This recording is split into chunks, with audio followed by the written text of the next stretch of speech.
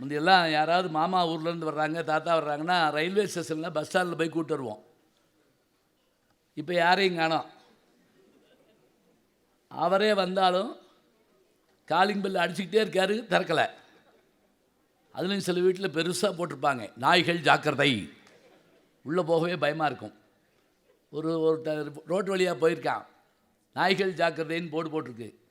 அவனுக்கு ஆசை, எத்தனை நாய் இருக்குன்னு போய் பார்ப்போம் அப்படின்னு சொல்லிட்டு கதவை திறந்து போனால் உள்ளே ஒரு குட்டி நாய் உருண்டையாக இருக்குது. அது குலைக்காது, கடிக்காது. அது எதுக்கு வளர்க்குறாங்கன்னு தெரியல. ஒரு நாய் தானே இருக்குது, நாய்கள் ஜாக்கிரதைன்னு போட்டிருக்கானே. நாய்னா ஒருமை, நாய்கள்னா சரி தமிழில் வேண்டாம்.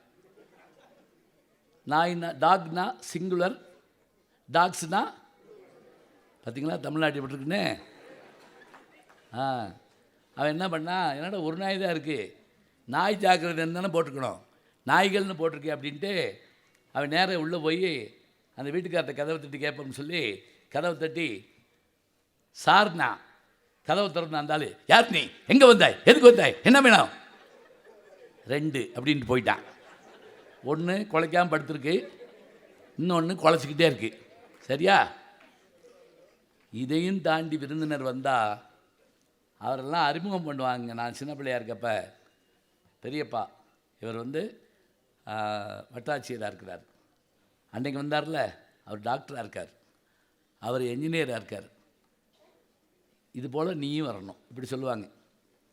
இன்றைக்கி உங்களை அப்படி யாரையாவது கூப்பிட்டா உள்ளே இருந்தே நீங்கள் குண்டுருவேன், போச்சு, அவர் போன பிறகு நீ கூப்பிடு, நான் வரமாட்டேன். அப்புறம் வந்த பிறகு இவர் தான் டாக்டர், பேச பழகணும், கொஞ்சம் நேரமாக தான் அவங்ககிட்ட பேசணும். அதுக்கு முக்கியமாக தாய் தந்தையர் உரையாடணும். எங்கே உரையாடுறோம்? நான் பார்த்தேன், அம்மா அப்பாங்கிற வார்த்தைகள் கூட இல்லாமல் போச்சு. ஹோம்ஒர்க் போடாத பையனை அந்த டீச்சர் கேட்டிருக்காங்க, மிஸ் கேட்டிருக்காங்க, ஏன்டா ஹோம்ஒர்க் போடல? அவன் சின்ன பையன், 3ஆம் கிளாஸ் படிக்கிறான், ஏன்டா ஹோம்ஒர்க் போடலை? நீங்கள் சொல்லிக் கொடுத்தது புரியலேன்ட்டான். சரி புரியல, உங்கள் அம்மாட்ட கேட்க வேண்டியதானே. எனக்கு அம்மா இல்லை, மிஸ்ஸுக்கு அழுக வந்துருச்சு, தாய் இல்லா பிள்ளை. அப்பாட்ட கேட்க வேண்டியதானே, அப்பாவும் இல்லை, ஐயோ பாவமே அனாதை குழந்தை போல் இருக்கே. அப்படி இப்படி பிடிச்சிக்கிட்டு, வேறு யார் இருக்கா வீட்டில், மம்மி டாடி, பலார்னு ஒரு அறை. பெற்ற அம்மா அப்பாவை அம்மா அப்பான்னு சொல்ல தெரியல. பல வீடுகளில் நான் பார்த்துருக்கேன், அம்மா கிடையாது, மம்மி கூட கிடையாது, மம். அப்பாவை டாடியும் இல்லை, டேட். நீ கொஞ்சம் கழிச்சு டாய் அப்படின்னாலும் சரின்ட்டு வாங்க நம்ம ஆளுங்க. நான் ஒரு வீட்டுக்கு போயிருந்தேன், ஒரு பிள்ளை மம்ட்டு திரிஞ்சிச்சு. அப்படியே பேச முடியாத பிள்ளையாக்குன்னு கூப்பிட்டு, என்ன மம்முங்கிறேனே. நாங்கள் எங்கள் மம்மையை மம் அப்படி தான் கூப்பிடுவோம். உங்கள் பெரியம்மாவை எப்படி கூப்பிடுவேன்னு கேட்டேன். மேக்சிமம் அப்படி கூப்பிடுவேன். சின்னம்மாவை மினிமம். நல்ல விளங்கும் குடும்பம். மம்மினாலே நமக்கு என்னன்னு தெரியாதா? எகிப்திய பிரமிடுகளில் உள்ளே இருக்கிறதுக்கு பேர் தான் மம்மி. அதாவது ரொம்ப நாளானது, டெட் பாடி மாதிரி அது. இதை போய் அம்மாட்ட சொல்லலாமா? மம்மி டாட்டா அப்படின்னு அர்த்தம், போனமே டாட்டா. நல்ல வார்த்தை, நல்ல அழகான தமிழ். இந்த கல்யாண வீட்டில் பேச கூப்பிடுவாங்க, அது ஒரு தற்கொலை முயற்சி மாதிரி. எவன் பேச்சு எவனும் கேட்க மாட்டான், நாங்களாக பேசணும். போன வாரம் திருச்சியில் ஒரு கல்யாணத்துக்கு போயிருந்தேன், 3000 பேர் வந்திருந்தாங்க, நான் தான் பேச்சாளர். 3000 பேர் பேசிகிட்டு இருந்தாங்க, நான் உட்காந்துருந்தேன். அதனால் இனிமேல் கல்யாண வீட்டுக்கு போகக்கூடாதுன்னு நினச்சேன். இன்னொரு வீட்டில் கூப்பிட்டாங்க, போயிட்டேன். போனால் பொண்ணு மாப்பிள்ளை தாலி கட்டியாச்சு. இங்கேயாவது போடியம் இருக்குது, அங்கே ஹேண்ட் மேக்கை தான் கொடுத்தாங்க. வாங்கிட்டு பெரியோர்களே தாய்மார்களேன்னு ஆரம்பித்தேங்க. 300 பேர் மேடைக்கு இது வழியாக ஓடி வந்து பொண்ணு மாப்பிள்ளைக்கு பரிசு கொடுக்குறோம்னு என்னையை தள்ளிக்கிட்டே போகிறாங்க. இப்படி இல்லை, அப்படி இல்லை, அப்படி இல்லை. நான் விடலை. தமிழ் படித்தவன் பாருங்க, இங்கே நான் 10 பாட்டு, அங்கே 8 தொகை, அங்கே குறுந்தொகை, ஏன்னா பெருந்தொகை வாங்கிட்டேன் பேசுகிறதுக்காக. இப்படி நான் பேசிக்கிட்டு இருக்கேன். ஒரு பாட்டி என்கிட்ட வந்து என்னை இப்படி முதுகில் தட்டி, அந்த ரூம்குள்ளே போய் பேசி அவர் திறமே இல்லை அப்படின்னு சொல்லிச்சு. அந்த மாப்பிள்ளை ரூம் சும்மா தான் கிடக்குது. அது என்ன தெரியுமா, தனியாக பேசுகிறவன் இங்கே பேசுகிறேன்னா அங்கே பேசுகிறேன்னா, ஏன் அதுக்கு எங்கள் வீட்டுக்கு ஜன்னலை திறந்து வச்சு நான் பேச மாட்டேனா? மற்ற நாடுகளில் சாப்பாட்டுக்கு இல்லாமல் வேட்டையாடி அழிஞ்சாங்க. நம்ம அப்போ நாட்டை ஆண்டு கப்பல் மூலமாக உலகத்தையே கடந்துக்கிட்டு வந்தோம். ராஜராஜ சோழனும் பொன்னியின் செல்வன் அவருடைய மகனாகிய ராஜேந்திர சோழனும் இந்த உலகத்தையே ஆள்ற அளவுக்கு தங்களுடைய கப்பற்படம் வச்சுருந்தாங்க. இன்றைக்கி சேட்டலைட் மூலமாக எல்லாத்தையும் நம்ம சாதிக்கிறோம். மேலேருந்து ஒருத்தன் பார்த்துக்கிட்டு இருக்கான்னு சொல்கிறோம்ல, அது சேட்டலைட் தான், வேறு ஒன்றும் இல்லை. எங்கேயாவது போகணும்னா ஜிபிஎஸ் போடுறோம். பல பேர் வீட்டுக்கே ஜிபிஎஸ்ல தான் போகிறாங்க, வீடு தெரியாது. அதுதான் சொல்லுது. அது முழுக்க நம்பாதீங்க. ஒரு நாள் அது ஜிபிஎஸ் காட்டின வழியாக நாங்கள் போய் சுடுகாட்டில் வண்டி விட்டுச்சு. ஒரு நாளைக்கு அங்கே போகிறோம், அது சரி, அதுக்காக இப்பயே போயிடுவாங்களா? கடல் வழியாக போகிறப்ப திசை எப்படி கண்டுபிடிப்பாங்க யோசிங்க. இப்போ நீங்கள் சொல்லலாம், சூரியனை வச்சு கண்டுபிடிப்பாங்க. கிழக்கே தோன்றினால் கிழக்கு, மேற்கே மறைந்தால் கிழக்கு மேற்கு, அப்புறம் வடக்கு தெற்கு. சரி, விடாமல் மழை பெய்யுது. மழை பெஞ்சால் சூரியனை காணோம்னா என்ன அர்த்தம்? மேகத்துக்குள்ளே மறைஞ்சிருக்கு. இப்போ எப்படி போவாங்க? கிழக்கு மார்க்கு எப்படி தெரியும்? காற்று. அருமை. இவருக்கும் சுத்தம் கொடுக்கணும், பார்த்து வச்சுக்கோங்க. காற்று. காற்றுக்கு பேர் வச்சவன் நம்ம ஆள் தெரியுமா உங்களுக்கு? இப்போ நீங்கள் கேட்டால் ஆமாம், ஃபேனு, ஏசி, அதில் காற்றுக்கு பேர். வடக்கிலிருந்து வீசினால் வாடை, தெற்கிலிருந்து வீசினால் தென்றல், மேற்கிலிருந்து வீசினால் கோடை, கிழக்கிலிருந்து வீசினால் கொண்டல். வச்சுக்கோங்க, ஞாபகத்துக்கு தான். நான் திருப்பி கேட்க மாட்டேன். நான் அதிலெல்லாம் ஒன்றும் உங்களை பயப்படுறீங்கன்னு தெரிஞ்சால் கிட்டே வர மாட்டேன். சரியா? சரி, இந்த காற்று அடிக்கிற திசையை வச்சு போவாங்க.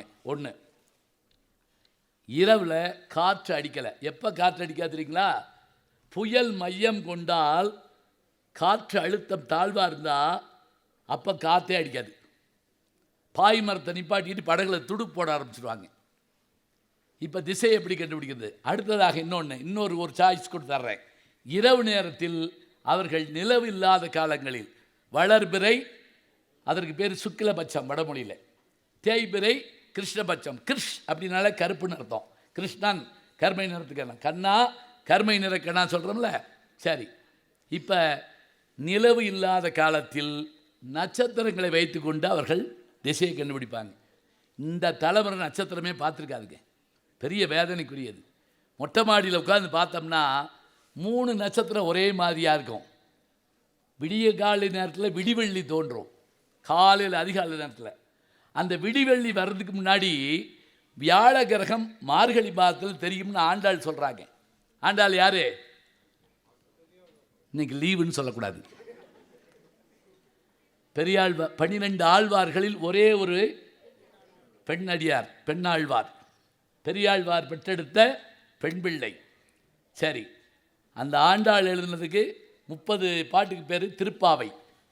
அதில் ஒரு பாட்டில் அந்த அம்மா சொல்கிறா, வெள்ளி எழுந்து வியாழம் உறங்கிற்று அப்படிங்கிறா.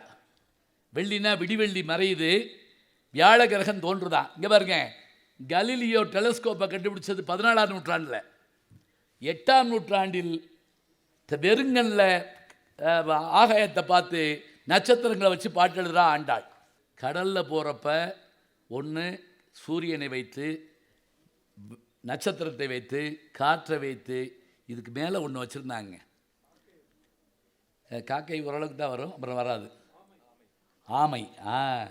ஆமைன்னு சொல்கிறோம் இல்லையா, டார்டாய்ஸ் சொல்கிறோம் இல்லையா, அதனுடைய பாதையை கடலுக்கு அடியில் பார்க்க முடியுமா? அந்த பாதையை வச்சு கண்டுபிடிக்கலாம். கச்சத்தீவுன்னு சொல்கிறோம்ல, அந்த கச்சைன்னு என்னென்னா ஆமைன்னு தான் அர்த்தம். அதனால தான் திருமாலுடைய அவதாரங்களில் ஒன்று என்ன, முதல்ல தோன்றுனது நீரில் தோன்றுனது. நீங்கள் டார்வின் தியரியும் திருமாலுடைய அவதாரத்தையும் ஒப்பிட்டோம்னா 10 அப்படியே பொருந்துங்க.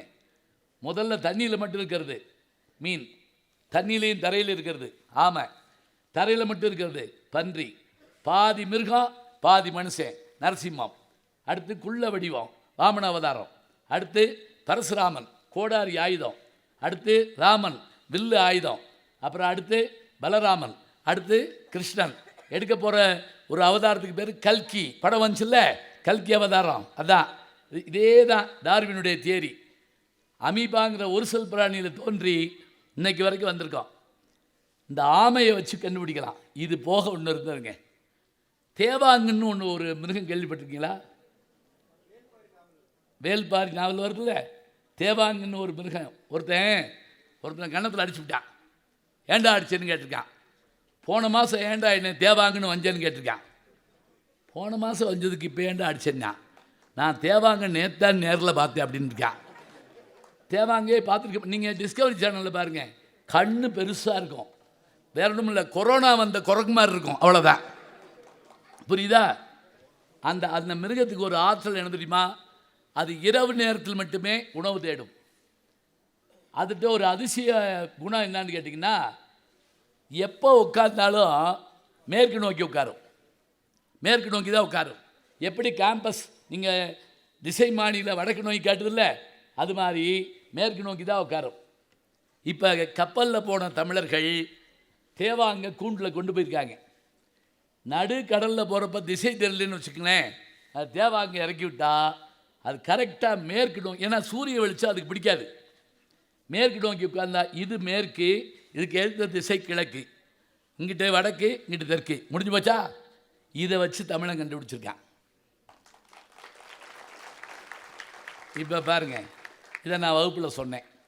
இப்போ இன்றைக்கி யாருன்னா கேட்டுட்டு போயிருவீங்க. ஒருவே எந்திரிச்சு கேட்டான், அந்த தேவாங்க செத்து போயிட்டா அப்படின்னு கேட்டான். நடுக்கடலுக்குள்ளே போகிறப்ப அந்த தேவாங்கு காய்ச்சல் வந்து செத்து போயிட்டா அப்படின்னா, ஏண்டா இவ்வளோ யோசிச்சவங்க ஒரு ஆண் தேவாங்கு பெண் தேவாங்கு கூட்டு போக மாட்டாங்களா? அது குடும்பம் நடத்தி குட்டி போடாதா? கேள்வி கேட்டது ரைட்டு, கேள்விக்கு பதில் சொல்ல தெரியணும், அதான் முக்கியம். இப்போ பாருங்கள், வானவெளியை பற்றி படிக்க வேண்டுமா? படிக்கணும். செஸ் விளையாட தெரிஞ்சுன்னு வச்சுக்கோங்க. இன்றைக்கி நம்ம பார்க்குறோம், பிரக்யானந்தாங்கிற பையன், அவங்க சிஸ்டர் 2 பேர் போய் உலகத்தையே ஜெயிச்சுட்டு வந்து அவங்க வீட்டுக்கு, அவங்க நாட்டுக்கு, அவங்க பள்ளிக்கூடத்துக்கு பேரை வாங்கி தர்றாங்க. நம்ம ஏதாவது சாதிக்க நம்மகிட்ட திறமை இருக்குது. இதை சொன்னோம்னா நம்ப மாட்டோம். நம்மகிட்ட திறமை இருக்குது, அதை கண்டுபிடிக்கிறதுக்காக தான் நம்ம என்ன செய்கிறோம், படிக்க சொல்கிறோம். அப்போ இந்த பாட்டு நான் சொன்னேன்ல, இந்த பாட்டுக்கு பொருள் என்ன? படம் போட்டு போட்டு பார்த்தா சித்திரம் வந்துடும். சித்திரமும் கைப்பழக்கம், தெரியுதா? செந்தமிழும் நாப்பழக்கம். இப்போ உதாரணமாக தமிழில் 3 லகரம் இருக்குது. அப்படியா அப்படின்னு மயக்கம் போட்டு விழுந்துடக்கூடாது. சொல்லவே இல்லை ஒரு பயிலும். 3 இருக்குது. லட்டுன்னு எழுதுறீங்கன்னு வைங்க, அது குண்டு லகரம், அதுக்கு பேர். பள்ளிக்கூடம்னு எழுதுறீங்கன்னு வச்சுக்கோங்க, அது பொது லகரம். ஏன் பொது லகரம் தெரியுமா? அது வடமொழியிலையும் வரும், சான்ஸ்கிரிட்டில் அந்த லகரம் இருக்குது, அங்கேயும் வரும் இங்கேயும் வரும், காமன், அதான் பொது லகரம். இன்னும் ஒன்று இருக்குது, சபாஸ், யார் சொன்னா? சிறப்பு லகரம். நீங்கள் சொன்னீங்களா? அதான் பிள்ளைய சொல்ல முடியும், உங்களுக்கு புத்தகம் தரேன், இருக்கட்டும். சிறப்பு லகரம் இங்கே பாருங்க. சும்மா வாய்ப்பு மாஸ்க்கு தான் போட்டு கழட்டி விட்டு உட்காருப்பா. எப்பா கொஞ்சம் பேசுங்க, தயவு செஞ்சு கொஞ்சம் பேசுங்க, கொஞ்சம் கேளுங்க. நான் என்ன சொல்கிறேன், நான் கடைசியாக ஒரு 10 நிமிஷம் டைம் கூட தர்றேன், நீங்கள் எதாவது என்னை கேள்வி கேளுங்க. ஏன் நான் படித்தது வந்து கேட்கணும்ல. பிகில் படத்தில் நயன்தாராவுக்கு அப்பாவை நினச்சிக்கலாம்ல, நாங்கள் பார்த்தோம், கேளுங்க. ரஜினி முருகனில் வந்து சிவகார்த்திகேயன் அப்பாவை வந்தீங்களாம்ல, கேளுங்க. எப்படி நினச்சேன், எப்படி வந்தேன், படிக்க வேண்டிய நீங்கள் ஏன் நடிக்க வந்தீங்க, கேளுங்க. ஏதாவது செய்யுங்க, அப்படி உட்காந்துருக்கூடாது, சரியா? எங்களை காட்டில் வேகமாக இருக்கணும். இப்போ நாங்கள் உங்களை காட்டில் வேகமாக இருக்கோம். என்ன செய்கிறது? சித்திரமும் கைப்பழக்கம்னா போட்டு போட்டு பார்த்தா படம் வந்துடும். செந்தமிழும் நாப்பழக்கம். இந்த 3 லகரம் சொன்னேன்ல, குண்டு லகரம், பொது லகரம், சிறப்பு லகரம். சிறப்பு லகரம் என்ன? ழா. அதை உச்சரிக்கணும். வாத்தியார் சொல்லி கொடுத்தாரு. எப்பா இது குண்டு லகரம், லட்டுக்கு வர்றது, பள்ளிக்கூடத்துக்கு வர்றது பொது லகரம். பையன் எந்திரிச்சு சொன்னேன், சார் சிம்பிளாக சொல்லுங்கள் சார், லதாவுக்கு வர்ற லானா குண்டு லகரம், மஞ்சுளாவுக்கு வர்ற லானா பொது லகரம். முடிஞ்சு வச்சா? சரி, சிறப்பு லகரத்துக்கு என்ன பண்ணுவீங்க? வாத்தியார் சொல்லி கொடுத்தார், வாழைப்பழம். அந்த பையன் எந்திரிச்சு வாயப்பயம் அப்படின்னு இருக்கான். வாழைப்பழம், வாழை இல்லை, வாழை, நாக்கு மடிக்கணும். வாழைப்பழம், சரி, நான் சொல்லித்தரேன், ஒன்றும் பயப்படாதீங்க, இருங்க. என் நிலமையை பாருங்க, இப்படி ஆகி போச்சு. நான் பிஹெச்டிலாம் கைடு பண்ணுங்கிறாங்கல்ல, இருக்கட்டும், நான் என் பேரை பேத்திக்கு சொல்லித்தர மாட்டேன்னா, சொல்லித்தருவேன்ல. வாழைப்பழம் சொல்லி கொடுத்துருக்காரு அந்த பையன். வாயா பயம் அப்படின்னு இருக்கான். டேய், வாழைப்பழம்டா, வாயா பயம், உங்கள் அப்பாவை கூப்பிட்டு போடா. அவர் வந்தார். ஏங்க, உங்கள் பையனை வாழைப்பழம்னு சொல்லி கொடுத்தா வாயா பயம்னு சொல்கிறா. அவர் உடனே, அது எங்கள் பயக்க வயக்கம் அப்படின்னு இருக்காரு. பயக்க வயக்கமா? பழக்க வழக்கம். அதை தான் அந்த அப்பையை அப்படி சொல்கிறான். இவருக்கு தெரிஞ்சு போச்சு, இது குடும்ப பிரச்சனை போட்டிருக்கு, பாரம்பரிய வியாதி. உங்களுக்கு சொந்த ஊர் எங்கேன்னு கேட்டார். கிழக்கே அப்படின்னு அந்த ஆள். இங்கே எதுக்கு வந்த? பொயக்கே, போ, உனக்கு தமிழே வராது. சரி, இந்த 3 நகரமும் வர்ற மாதிரி ஒரு திருக்குறள் இருக்குது, தெரியுமா இருக்காது? இவருங்க, நான் கேள்வி கேட்டால் பயந்துடாதீங்க, நீங்கள் பயப்பட மாட்டீங்க, எனக்கு தெரியும். நானே பதில் சொல்லிடுவேன். ஏன்னா வகுப்பில் நான் அதைத்தான் செஞ்சேன். நானே கேள்வி கேட்பேன், ஈவி இறக்கம் இல்லாமல் நானே பதில் சொல்லுவேன். நீங்கள் கம்முன்னு உட்காந்துருப்பீங்க. ஒரு அப்பா கூட ஒரு பையனை கேட்டார், உங்கள் வகுப்புலேயே நல்லா படிக்கிறது யார்? எங்கள் வாத்தியார் அப்படின்னு இருக்கான். அவர் தான் அந்த வகுப்புலேயே நல்லா படிக்கிறார், 10 வருஷமாக சிலபஸ் படிக்கிறார்ல. அந்த திருக்குறள் இருக்குது, யாராவது சொன்னீங்கன்னா உங்களுக்கு புத்தகம் தயாராக இருக்குது. வந்துருச்சா புத்தகம்? சரி.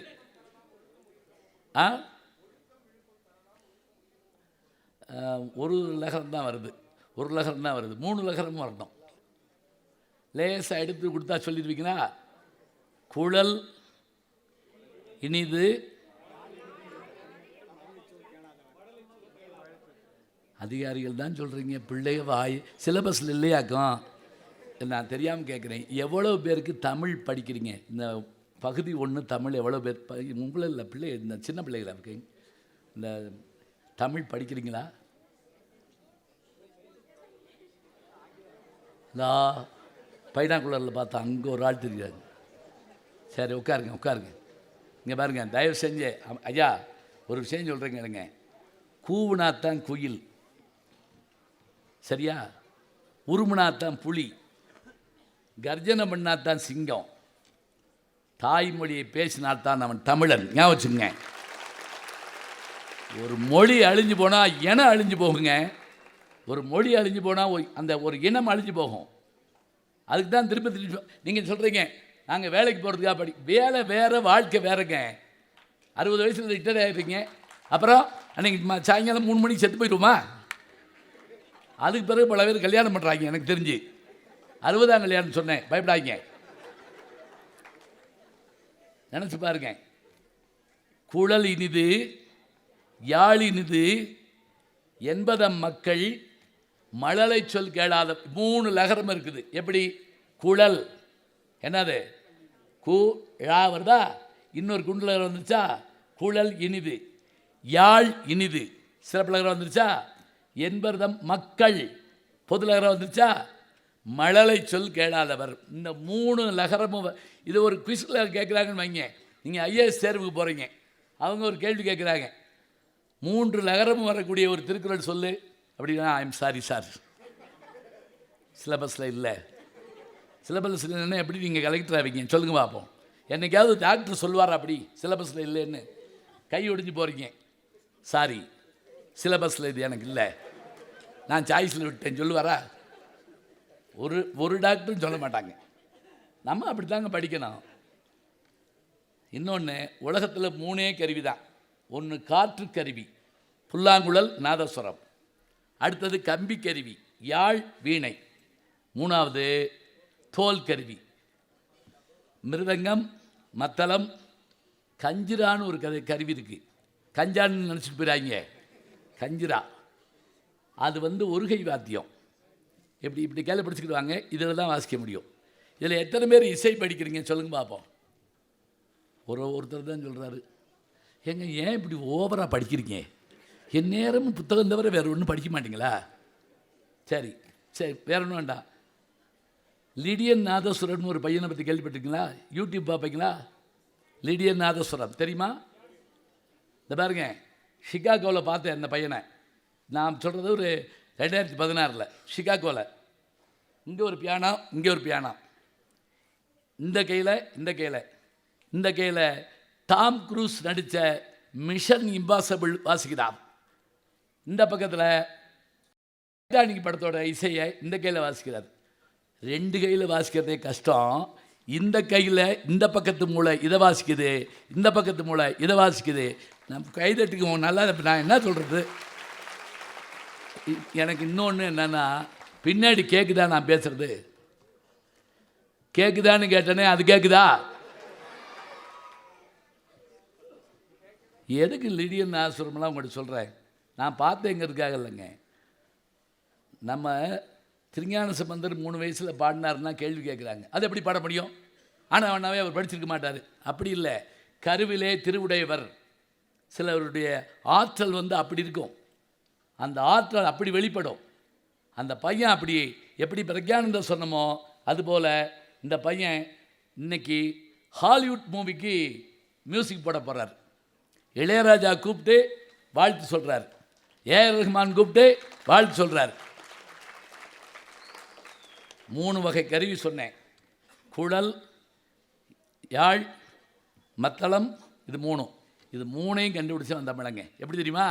குழல் சிறப்பிலகரம் இருக்கா, யாழ் சிறப்பிலகரம் இருக்கா, மத்தளத்துக்கு பதிலாக இன்னொரு வார்த்தை முழவுன்னு உண்டு. முழவுன்னா அது ஒரு தோல் கருவி. இதை 3ஐயும் நம்ம ஆளுங்க தான் உலகத்துக்கு தந்தவன். அமெரிக்காவுக்கு நான் 10 தடவை போயிருக்கேன், ஞாபகம் வச்சுக்கோங்க. எப்படி போனேன்? 9ஆம் கிளாஸ் படிக்கிறப்ப, உங்களை மாதிரி 9ஆம் கிளாஸ் படிக்கிறப்ப எங்களுக்கு ஒரு வாத்தியார் வருவார். அவர் எப்போதும் சஃபாரி போட்டு வருவார். அவர் யாருன்னா, கவிப்பேரரசு வைரமுத்திற்கு ஆசிரியராக இருந்தவர். அவர் வைத்தீஸ்வரன் பேர். அவர் வகுப்புக்கு வந்தவுடனே ஒவ்வொரு முறையும் அமெரிக்காவை பற்றி பேசுவார், அமெரிக்காவை பற்றி சொல்லுவார். அப்புறம் கொஞ்ச நாள் கழிச்சு அவருக்கு பேரே வச்சு விட்டாங்க, அவர் பேர் அமெரிக்கா. இன்றைக்கி அமெரிக்கா வரலையா, தான் அமெரிக்கா அங்கிட்டு போகுது, ஏதாவது வச்சுட்டு போட்டோம், அதை பற்றி ஒன்று. அவர் சொல்ல சொல்ல சொல்ல என் கூட 40 பேர் படித்தாங்க. ஆனால் நான் ஒருத்தர் தான் என்ன பண்ணேன் தெரியுமா? இவர் சொல்கிற அமெரிக்கா எங்கே இருக்கும், ஏன் அடிக்கடி சொல்கிறாரு? நான் சொல்கிறது 69களில் எனக்கு சொல்கிறாரு. 1969, 2024, எவ்வளோ பின்னாடி போயிருக்கும் பாருங்கள். புத்தகம் படிக்க ஆரம்பித்தேன், அமெரிக்காவை பற்றி எழுதின புத்தகங்கள் பார்த்தேன். ஏர்னஸ்ட் ஹெமிங்வேயினுடைய கடலும் கிழவனும் ஞாபகம் வச்சுக்கோங்க. இப்போ போகிறப்ப கூட வாங்கிட்டு போங்க. அழகாக சொன்னாங்க, C and the old man. Ernest Hemingway புத்தக திருவிழாவில் வந்தால் அழகாக சொன்னாங்க, வெறுங்கையோடு போகக்கூடாது. உழவர் சந்தைக்கு போனால் கூட ஒரு கருவேப்பிலை கொத்தமல்லி வாங்குகிறோம், புத்தக திருவிழாவுக்கு வந்து கையை வீசிட்டு போகக்கூடாது, வாங்கணும். கடலும் கிழவனும் புத்தகம் பாருங்கள். இதெல்லாம் எதுக்கு சொல்கிறது தெரியுங்களா? ஒவ்வொரு புத்தகம் படிக்கிற போது நமக்கு அந்த நினைவு வரணும், அந்த ஆற்றல் வரணும். அமெரிக்காவை பற்றி சொன்னாரா? நம்ம எப்படியாவது அமெரிக்கா போய் பார்க்கணுன்னு நான் ஆர்வப்பட்டுக்கிட்டே இருந்தேன். எதை நாம் விரும்புகிறோமோ அந்த விருப்பம் நமக்கு நிறைவேறும். ஞாபகம் வச்சுங்க, எண்ணியாங்கு எய்துவர் எண்ணியர் திண்ணியராக பெறின். திண்ணியரில் அது 2 சுழி, தின்பண்டம் 2 சுழி, திண்ணியர்னா வலிமை, ஸ்ட்ராங். சரியா? இப்போ பாருங்க, இந்த அவர் சொல்லிக்கிட்டே இருந்தபோது அது கொடுத்த அவர் இந்த ஊட்டிக்கு வந்ததுனால வாங்கிட்டு நான் அது பாட்டுக்கு ரன்னிங் நோஸ் மாதிரி போயிட்டுருக்கு. ஊட்டிக்கு இது அந்த புத்தகங்களை படிக்கிற போது எப்படியாவது நம்ம அமெரிக்காவுக்கு போகணுங்கிற ஒரு எண்ணம் எனக்குள்ளே இருந்தது. ஒரு முறை இல்லை, 2 முறை இல்லை. இந்த ஜூலையில் போயிட்டு வந்தேன். டேலஸில் சான் ஆண்டனியோங்கிற ஒரு சிட்டியில் FeTNA, federation of North American Tamil சங்கத்தோட அந்த அதுக்கு அழைப்பின் பேரில் நான் போயிருக்கேன். புஷ்பவன் குப்புசாமி அவங்க வந்திருக்காங்க. இப்போ பேசிட்டு போனாங்கல்ல, அவங்க வந்திருக்காங்க. இதை எதுக்கு சொல்கிறேன் தெரியுங்களா? மனசுக்குள்ளே என் கூட படித்த எல்லாரும் ஒரே மாதிரி தான் இருக்காங்க, பல்துறையில் அவங்க சாதிச்சிருக்காங்க. ஆனால் நான் எதை விரும்பினோ அது எனக்கு கிடச்சிது. 3ஆம் பிறைன்னு ஒரு படம் பார்த்துருக்கீங்களா? இங்கே தான் எடுத்துருப்பாங்க. பொன்மேனி உருகுதேன்னு பாட்டெலாம் வரும்ல, அந்த பாட்டெலாம் சொல்லக்கூடாது, பரவாயில்ல இருக்கட்டும். கண்ணே கலைமானே பாட்டெலாம் கேட்டிருப்பீங்கள்ல. சரி, அந்த படம் வெளியே வந்தப்போ நான் எம்ஏ படிச்சுட்டு இருக்கேன். படம் பார்த்து வெளியே வர்றப்ப எனக்கு மனசுக்குள்ள ஒரு சந்தோஷம் என்ன அப்படின்னா, சார் இவரை போன்ற கலைஞர்கள் எப்படி நம்முடைய ஐயா சிவாஜி கணேசன் அவர்களை போல, புரட்சித் தலைவர் எம்ஜிஆர் அவர்களைப் போல கமல் அவர்களும் இந்த நூற்றாண்டில் வாழ்கின்ற ஒரு ஒப்பற்ற கலைஞன் அப்படிங்கிறத மனசுக்குள்ளே நினச்சி அவர் வாழ்கிற காலத்தில் நம்ம வாழ்கிறோம் அப்படின்னு நான் சந்தோஷப்பட்டேங்க. ஒரு ஆச்சரியம் தெரியுமா? நான் அவரெல்லாம் பார்ப்போமா, அவரோட பேசுவோமான்னு நினச்சேன். 2003லேருந்து 2024 வரைக்கும் 21 ஆண்டுகளாக என்னுடைய நெருங்கிய நண்பராக திகழ்பவர் என்னுடைய இனிய நண்பர் பத்மஸ்ரீ கமலஹாசன் அவர்கள். நீங்கள் நம்ப மாட்டீங்கன்னு சொன்னால் ஃபோனில் இப்போ கூப்பிட்டு பேசுவேன். அமெரிக்காவில் இருக்கார், மணி என்னன்னு தெரில டயம், இல்லாட்டி நான் பேசுவேன். ஒரு தடவை நான் வகுப்பு நடத்திக்கிட்டு இருக்கப்ப அவர் என்னை ஃபோனில் கூப்பிட்டாரு. நான் கொஞ்ச நேரம் கழிச்சு பேசிக்கலான்னு சொல்லிட்டு நான் வகுப்பு பேசக்கூடாது, அப்புறம் எடுக்கலை, சைலண்ட்டில் போட்டிருந்தேன். முடிஞ்ச பிறகு வெளியே வந்து இப்படி வகுப்பில் இருந்தேன் அப்படின்னேன். ஆமாம், நீங்கள் யார் யார் சிவம் பாட்டு வச்சுருந்தீங்க, கொஞ்ச நேரம் பாட்டை கேட்டேன், நானும் சேர்ந்து பாடிட்டு வச்சுட்டேன் அப்படின்றார். அவர் தான் அந்த பாட்டை பாடினவர். அவர் விருமாண்டி படம் எடுக்கிறப்ப அந்த படத்துக்கான கதையை அவர் எழுதுகிறாரு, வசனம் எழுதுகிறாரு. மதுரை படம் நீங்கள் கூட வரணுங்கிறார். நான் போய் கூட போய் 6 மாதம் ஒர்க் பண்ணேன். திடீர்னு ஒரு நாள் நீங்கள் நடிக்கிறீங்களான்னு கேட்டார். கேட்டது கமலஹாசன். நான் அவர் படத்தை பார்த்துட்டு இவரை பார்க்க மாட்டான்னு சொல்ல, அவர் படத்தில் என்னை நடிக்க கூப்பிட்றாரு. கொஞ்சம் யோசித்தேன். ஏன் தெரியுமா, அது மாடு பிடிக்கிற படம், ஜல்லிக்கட்டு. நான் பாட்டுக்கு சரின்னு சொல்லி நீ 2 மாட்டை பிடினா என் நிலைமை என்ன ஆகுறது? நம்ம சிலபஸில் அதெல்லாம் கிடையாது. நான் பயப்படுறதை பார்த்து அவர் சொன்னார், கவலைப்படாதீங்க, நான் மாட்டை பிடிக்கிறேன், நீங்கள் எப்போ போல மைக்க பிடிங்க அப்படின்னாரு. பட் அந்த டீலிங் எனக்கு ரொம்ப பிடிச்சிருந்தது, ஒத்துக்கிட்டேன். இன்னைக்கு வரைக்கும் முந்தா நாள் கூட ஷூட்டிங் போயிட்டு தான் வர்றேன். எதுக்கு சொல்கிறேன் தெரியுங்களா? நாம் எதுவாக வேண்டும் என்று நினைக்கிறோமோ அதுவாக மாறுவோம். நம்பிக்கை வைக்கணும். அதுக்கு என்ன வேணும்? ஆசிரியர் சொல்லிக் கொடுக்கறது ஒரு பக்கம், நாமளாக படிக்கிறது ஒரு பக்கம். உங்களுக்கு ஞாபகம் இருக்கான்னு தெரில, சுட்டி டிவியில் பொம்மியும் திருக்குறளும்னு ஒரு நிகழ்ச்சி. நீங்கள் அது கூட பார்த்துருக்க மாட்டீங்க. ஒரு கல்யாண வீட்டில் நான் பேசிட்டு வர்றேன். ஒரு 5000 பேர் வந்திருக்காங்க. அந்த கல்யாண வீட்டில் ஒரு 6 வயசு குழந்தை வந்து என்கிட்ட, 5000 பேர் கூட்டத்தில் என்னை கண்டுபிடிச்சி அந்த குழந்தை என்கிட்ட வந்து, நீங்கள் தானே பொம்மியின் திருக்குறளில் திருக்குறள் சொல்கிறவர் அப்படின்னு கேட்குது. எனக்கு அப்படியே கண்ணு கலங்கிருச்சுங்க. 6 வயசு குழந்தைக்கு என்னை தெரிய வைக்குது ஊடகம். ஞாபகம் வச்சுக்கோங்க, ஊடகம் என்னை தெரிய வைக்குது. நீ பாப்பையா பாப்பான்னு கேட்டேன். நான் பார்ப்பேன். என் தம்பிக்கு உங்களை ரொம்ப பிடிக்கும். அதுக்கு வயசு 6. அவங்க தம்பி புக்கி விழுந்துருச்சு. அவனுக்கு 3 வயசு இருக்கும். அவன் என்னை பார்த்து நீ நல்லா பேசுகிற அப்படின்னா, அவனே அன்றைக்கி தான் பேச ஆரம்பிச்சிருக்கான். அந்த 3 வயது குழந்தையும் 6 வயது குழந்தையும் அறிந்து கொள்ளுமாறு என்னால் பேச முடிகிறது என்றால் நம் தமிழ் மொழியினுடைய சிறப்பை நீங்கள் தெரிந்து கொள்ளுங்கள். அவ்வளவு இனிமையான எளிமையான மொழிங்க. எப்படி அதை சொல்லிக்கிட்டு தெரியுமா? நிறைய சின்ன சின்ன முயல்குட்டி, மானு, காக்கா, அந்த பொம்மி எல்லோரும் இருப்பாங்க. அதை என் ஸ்டுடியோலேயே என்னுடைய YouTube channel G Gnanasambandan YouTube சேனலில் நான் வந்து அதை நடத்துவேன். எப்படி தெரியுமா? அந்த அந்த மிருகங்கள் இருக்காது, இருக்கிற மாதிரி பார்த்துட்டு பேசுவேன். இன்னா செய்தாரை ஒருத்தல் அவர் நானும் நன்னயம் செய்து விடல், இதுதான் திருக்குறள். இதுக்கு நான் விளக்கம் சொல்லுவேன்.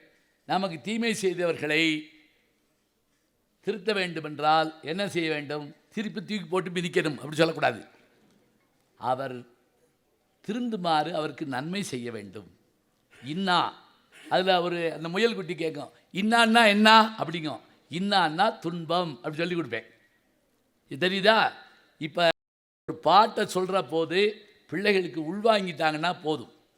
அதனால தான் இப்போ இல்லம் தேடி கல்வியில் நிகழ்ச்சி அதிகம், மற்றதுலையும் பிள்ளைகளுக்கு கதை சொல்லி பாட்டு பாடி சொல்லி கொடுக்கணுங்க.